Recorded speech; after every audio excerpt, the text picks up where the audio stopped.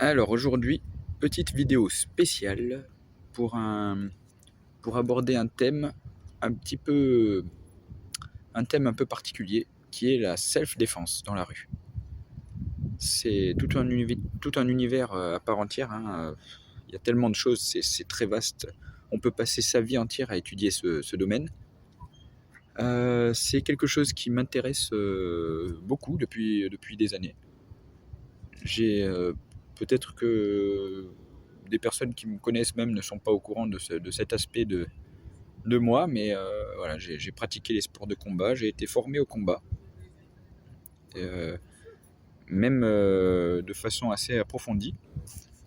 Je ne vais pas rentrer dans les détails de ce que j'ai appris, mais là, ouais, là c'est juste pour parler un peu de manière générale du thème de la self-défense.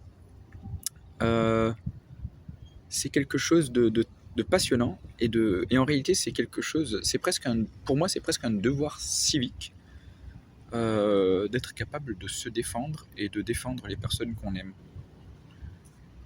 Ça fait partie bah, du devoir d'une personne, quoi.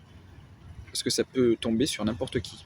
Surtout de nos jours, vous êtes bien au courant que il suffit d'ouvrir le journal, ou le journal télévisé, ou le journal papier, ou le téléphone, les actualités, pour voir que il y a tous les jours des agressions complètement gratuites dans la rue, pour n'importe quoi. Ça peut être quand on est au volant, quand on est même pas seulement en soirée, quand les gens ont bu, même en pleine journée, on peut se faire agresser gratuitement.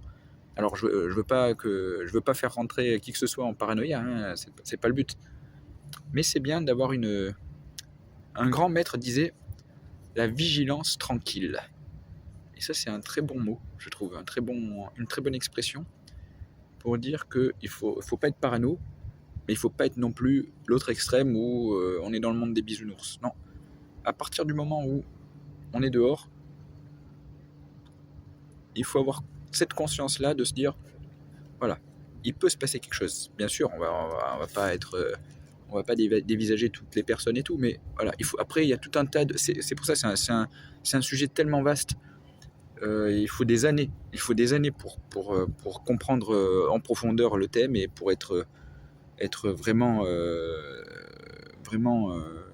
aguerri dans ce domaine. Mais voilà, des notions peuvent s'acquérir assez rapidement et je trouve que c'est très très important en fait.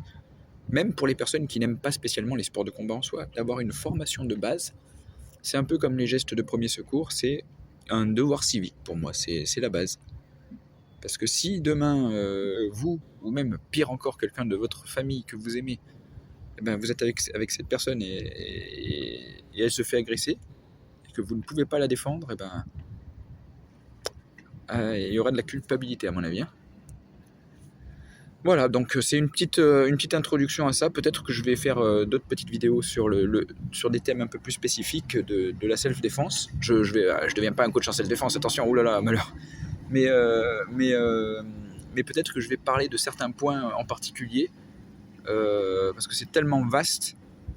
Voilà. Et c'est un thème qui en réalité, j'en ai jamais vraiment parlé, mais il y a même des personnes qui me connaissent qui ne sont pas au courant de ça, mais c'est un domaine que je connais bien et que comme j'ai dit, j'ai été formé, j'ai été bien formé à ça et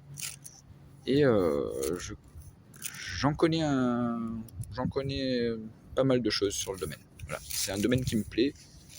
Voilà, c'est pas mon domaine de prédilection non plus, mais c'est quelque chose que je connais quand même pas mal et c'est fascinant et c'est surtout, c'est pas seulement important pour les personnes qui aiment, c'est important pour tout le monde.